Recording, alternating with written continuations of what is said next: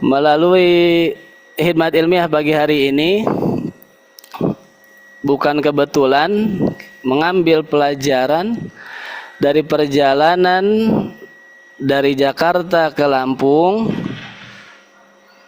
Bukan kebetulan tadi menggunakan perahu ya, menggunakan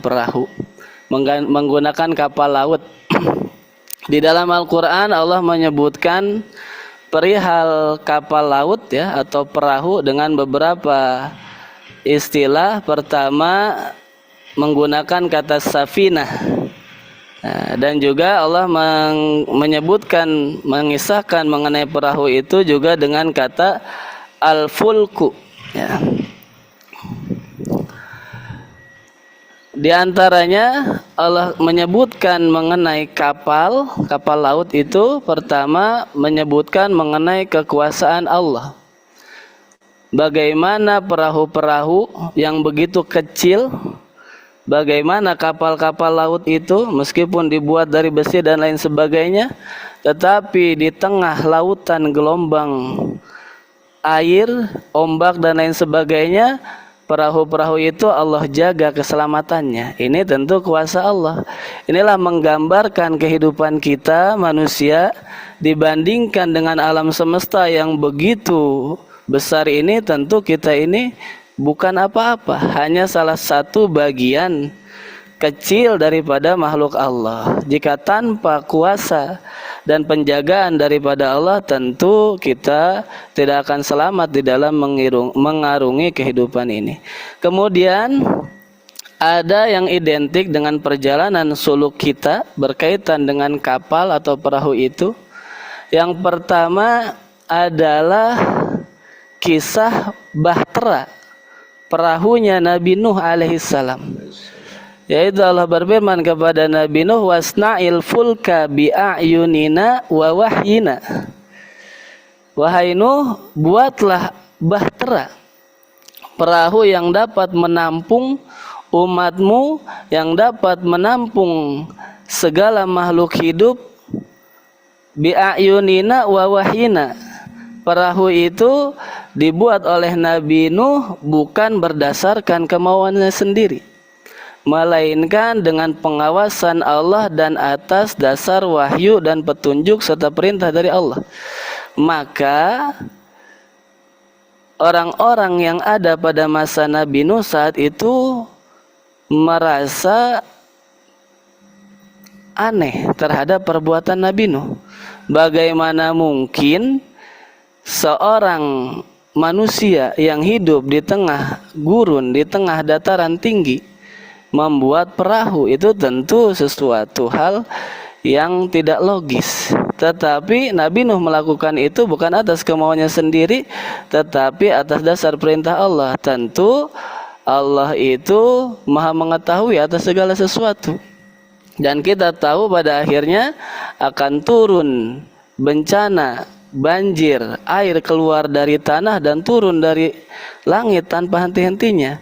Sehingga perahu yang tadinya diolok-olok oleh umatnya Nabi Nuh, oleh kebanyakan kaum Nabi Nuh, bahkan anaknya sendiri tidak mau ikut ke dalam bahtera itu, justru bahtera yang tadinya diolok-olok itu menjadi penyelamat bagi umat manusia. Inilah kita semua bisa diibaratkan sedang berada di bahteranya Nabi Nuh. Orang-orang yang tidak mengerti, orang-orang yang tidak paham, mengolok-olok apa yang kita lakukan. Sesungguhnya bukan hanya persoalan merah putih, tetapi sudah semenjak dahulu kala banyak orang yang tidak paham dan tidak mengerti memperolok apa yang kita amalkan. Zikir kok keras-keras dan lain sebagainya. Inilah Thariqah Qadiriyah Naqsyabandiyah Ma'ad-Suryalaya Sirna Rasa, jika diibaratkan adalah ibarat bahteranya Nabi Nuh yang akan menyelamatkan kita di kehidupan dunia sampai dengan kehidupan akhirat.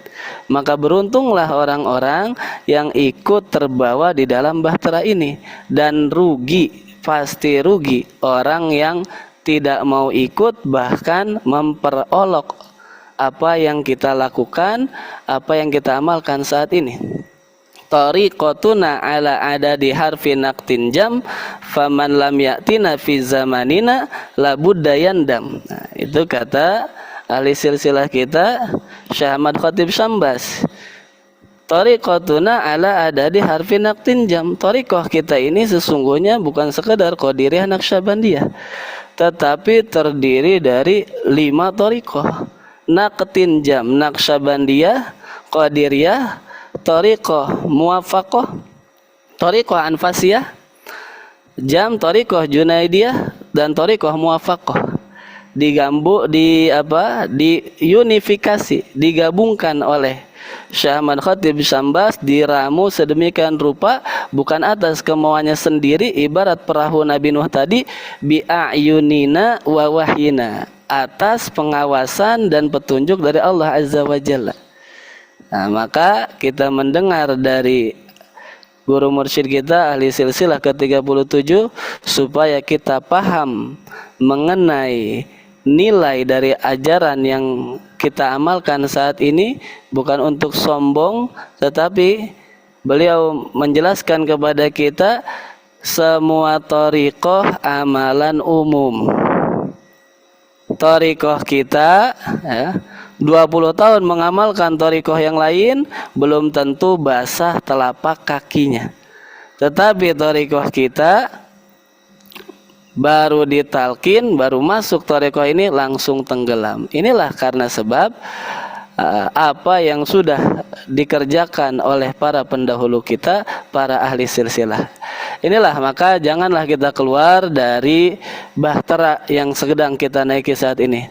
Bagaimanapun derasnya arus yang menerpa kita, bagaimanapun besar ya gelombang yang menghadang kita, jangan sampai kita keluar daripada bahtera ini. Ajhalun nas man taraka yaqina ma indahu li dhanni ma indan nas. Orang yang paling bodoh, mohon maaf, orang yang paling dungu, orang yang tidak mengerti itu adalah orang yang meninggalkan apa yang dia yakini karena sebab dugaan orang lain. Kan kita sudah yakin Pangersabah itu Syekh Kamil Mukamil, kita mengenal beliau, orang lain kan tidak kenal beliau. Mereka menduga, oh itu ajaran sesat dan lain sebagainya. Jangan kita meninggalkan apa yang sudah kita yakini karena sebab apa yang baru diduga oleh orang lain, karena sebab praduga orang lain. Tetaplah kita berada di bahtera ini. Kemudian Bapak Ibu ikhwan dan akhwat yang dimuliakan oleh Allah, berkaitan dengan perahu, kisah perahu yang kedua yang berkaitan dengan suluk kita adalah kisahnya perahunya Nabi Khidir dan Nabi Musa. Fantalaqa hatta idza raqiba fis safinati kharaqaha.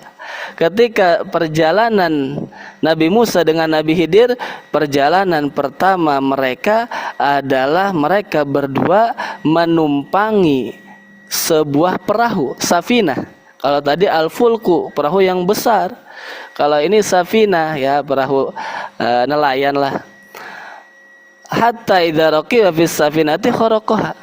Nabi Musa dan Nabi Khidir yang sudah diberikan tumpangan itu oleh para nelayan, Nabi Musa melihat kejanggalan pada Nabi Khidir. Apa? Bukannya bersyukur kepada para nelayan itu yang sudah memberikan tumpangan, tetapi kharaqaha. Mereka, Nabi Khidir justru melubangi perahu itu. Maka Nabi Musa protes kepada Nabi Khidir. Qala akharaqtaha litughriqa ahlaha. Mengapa engkau melubangi perahu ini? Bukankah mereka sudah menolong kita? Mengapa justru malah engkau rusak perahu ini?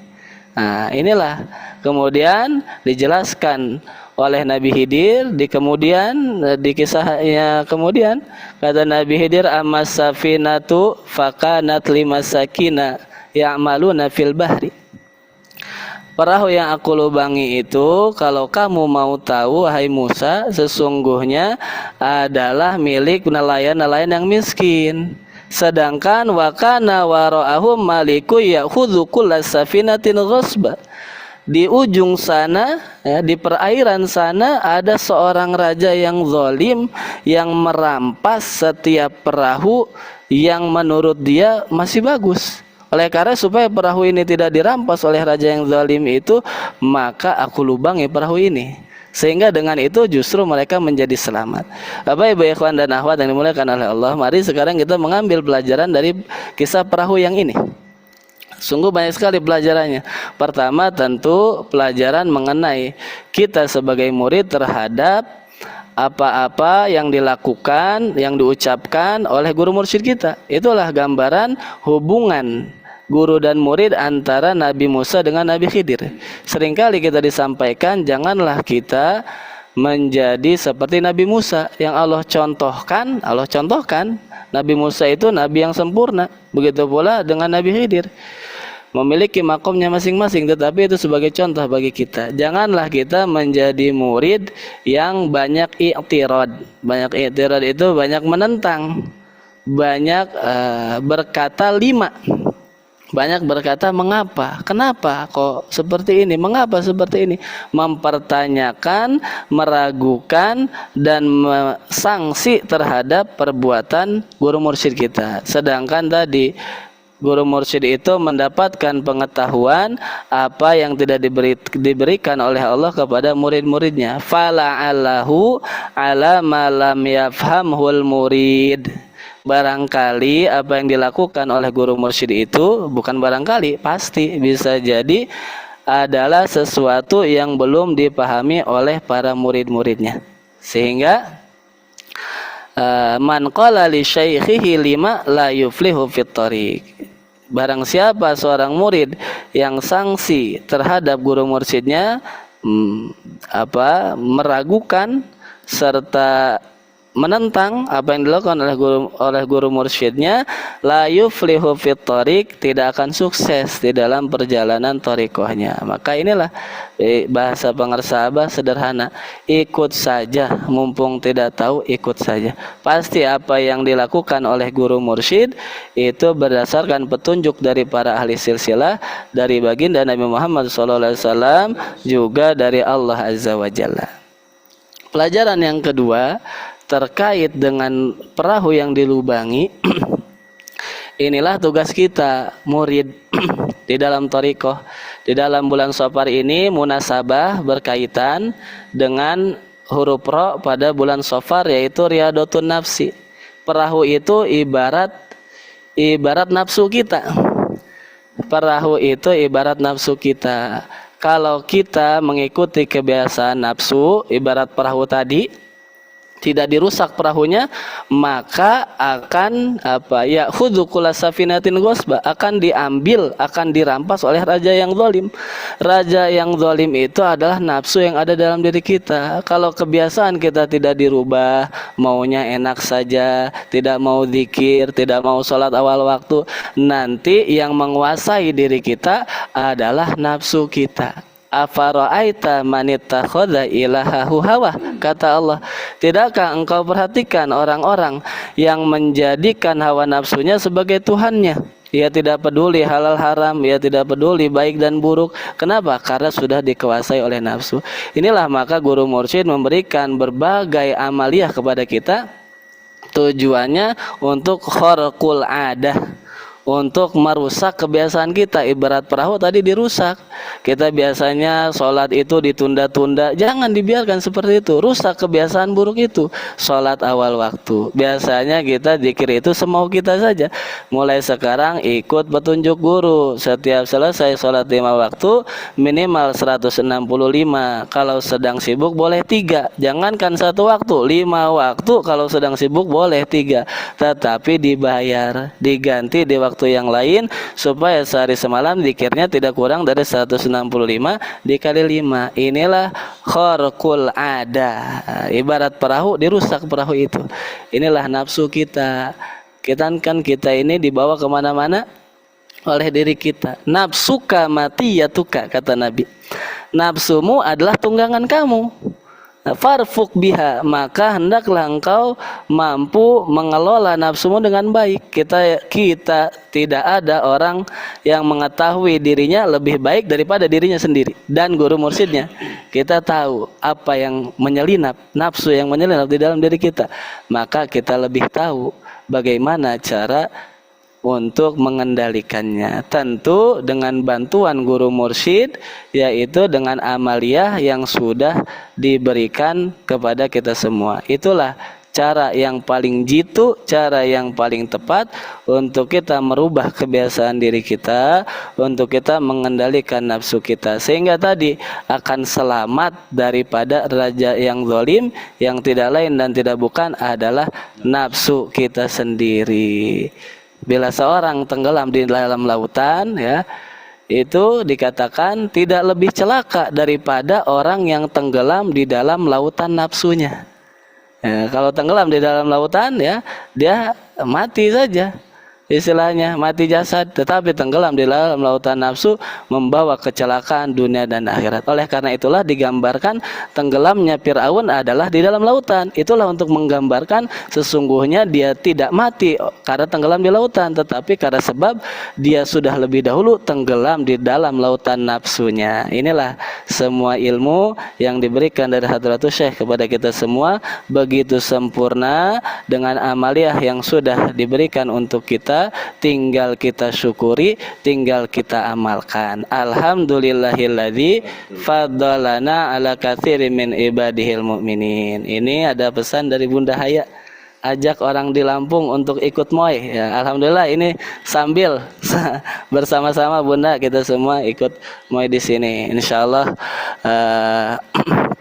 akan kedepannya disampaikan untuk ikut MOI dan lain sebagainya.